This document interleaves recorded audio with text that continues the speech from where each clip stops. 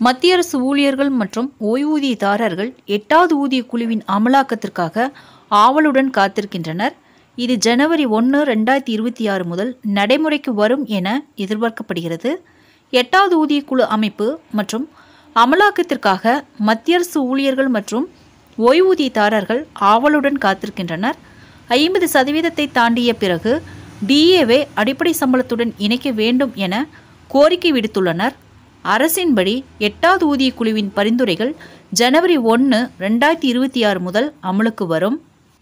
தற்போதைய 7வது ஊதிய குழுவின் பரிந்துரைகள் டிசம்பர் 31, 2025 வரை பொருந்தும்.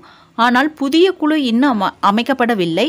அகவிலைப்படி என்பது பணவீக்கத்தின் தாக்கத்தை குறைக்க அரசு ஊழியர்கள் மற்றும் ஓய்வூதியதாரர்களுக்கு வழங்கப்படும் கூடுதல் படியாகும். நுகர்வோர் விலை குறியீட்டின் அடிப்படையில் இது மாற்றியமைக்கப்படுகிறது. ஃபிட்மென்ட் ஃபேக்டர் ஊழியர்களின் சம்பளத்தில் நேரடி தாக்கத்தை ஏற்படுத்துகிறது. 8வது ஊதிய குழுவில் இது 2.86 உயர்த்தப்படலாம். இது அடிப்படை சம்பளத்தில் குறிப்பிடத்தக்க உயர்வுக்கு வழிவகுக்கும். இந்த ஊதிய குழு சுமார் 5 மில்லியன் மத்திய அரசு ஊழியர்கள் மற்றும் 6.5 மில்லியன் ஓய்வூதியதாரர்களுக்கு பயனளிக்கும். சம்பளம் மற்றும் ஓய்வூதியம் 30% முதல் 34% வரை உயரலாம் என எதிர்பார்க்கப்படுகிறது. தற்போது டிஏவை அடிப்படை சம்பளத்துடன் இணைக்கும் திட்டம் எதுவும் மத்திய அரசிடம் இல்லை.